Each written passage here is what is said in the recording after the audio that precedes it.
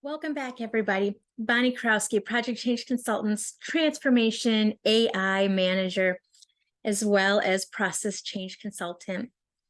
Today's topic is going to be focused on learning and development, one of my strong passions. So let's dive in a little bit. Learning and development is getting ready to make huge adjustments to AI. Not only is your job not in jeopardy, you're not going to lose your job to AI. Your job's actually going to become much busier because as your company adapts to AI, they're going to require your training and expertise to train the entire staff of your organization on how to adjust to AI too. So grab hold. Let's talk a little bit about it. In an L&D department right now, you have sometimes a CLO, Chief Learning Officer, sometimes a VP of L&D. If you're large enough, you even have directors of L&D and then your managers. Some companies only have L&D managers. I've been in that field now myself for 20 years, and I've seen the changes we've undergone. We've adapted to ADDIE, SAM, even Llama, and in some cases, some very unique, different ones as well. And it's no exception that there is going to be a new one that hits the front now. It's called the HEADS framework, HEADS. And we're going to get into that in the next episode. But for now, let's talk about the structural changes that are going to be happening in learning and development departments globally. We're not talking just in the US, we're talking every country is going to have to adapt to this growing trend of AI.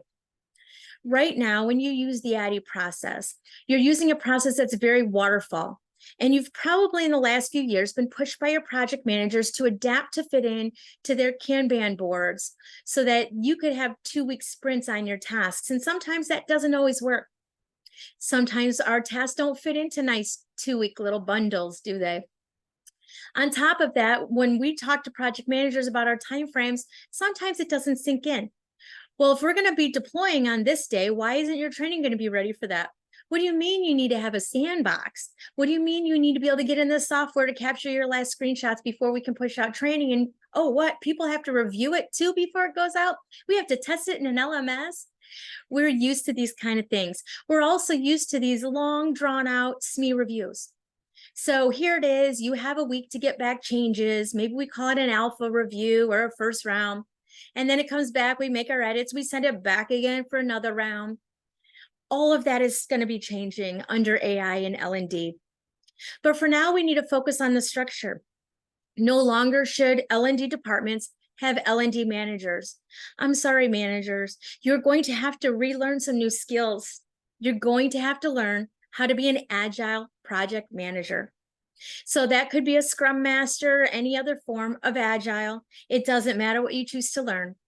But during this path, you're going to need to learn that, and you're going to need to learn how to be a program manager. Some of your new tasks under AI as being a manager is going to be an intake process. It's going to be a very similar role to what people call product managers. You're going to maintain a general backlog. In order to maintain a backlog, you're going to have an intake process that consists of a lot of things an instructional designer does on the front end, which is the analysis phase. In the HEADS program, we'll talk about more later, we call it hybrid exploration. But that role is going to land on your shoulders as a program manager in L&D. You're going to be the one that kicks off projects and determines when you send it on down the road.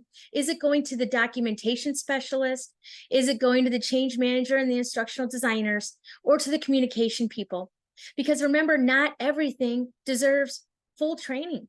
Some things can be accomplished in an email or a newsletter as a form of communication. And now with the different forms of communication we have, they can be chunked up into little parts for just awareness. So much more is changing for AI. But once you get into that role as say a product owner of L&D, you're going to start seeing how simple the process flows from there once you do your kickoffs. Your team is going to function better. They're going to get more work done and more training accomplished. And you're going to save your budgets so much that you're going to be bragging about all the work your team is putting out and how less it is on your shoulders on a daily basis, which is also another bonus. So in that product manager type of role, you're going to handle the intake process. So that is something that can be automated. If you have, say, ServiceNow or a help desk ticketing center, you can link into the same center. And when people need training, anyone, say, from your PMO office decides that their next launch is going to need training, or anyone in the company that requires it, they can go fill out a form. That form can then AI generate what type of training it will be. Will it be e-learning? Will it be classroom, virtual instructor led?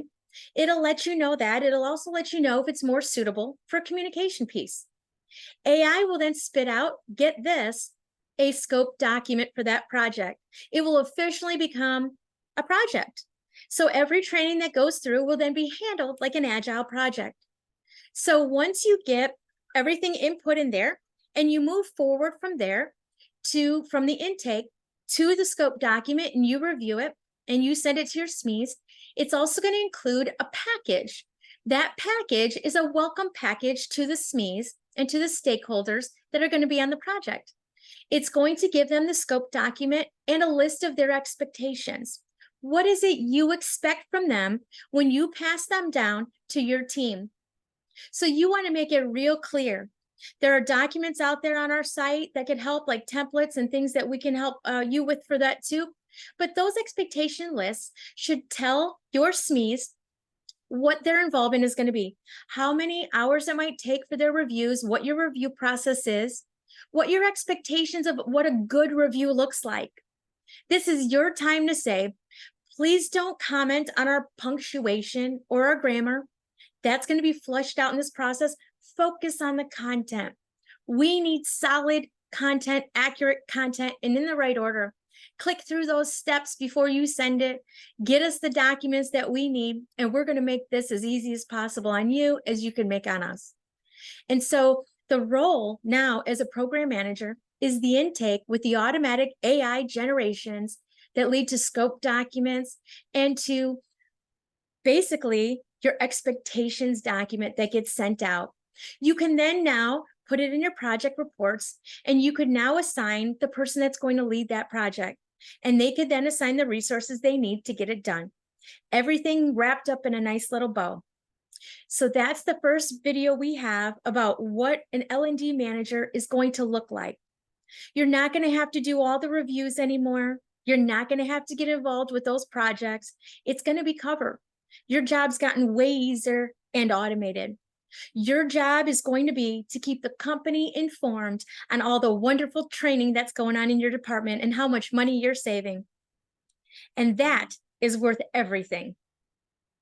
So in the next lesson, we're going to start breaking down the roles of the people that work underneath you in an L&D department and what their roles are actually going to look like with AI. Please pay specific attention because it follows the heads process, which by far is the most innovative way to conduct learning and development departments moving into 2025. If you don't have that skill set yet or trained your staff for that, start now. It's going to be needed. It's not going away.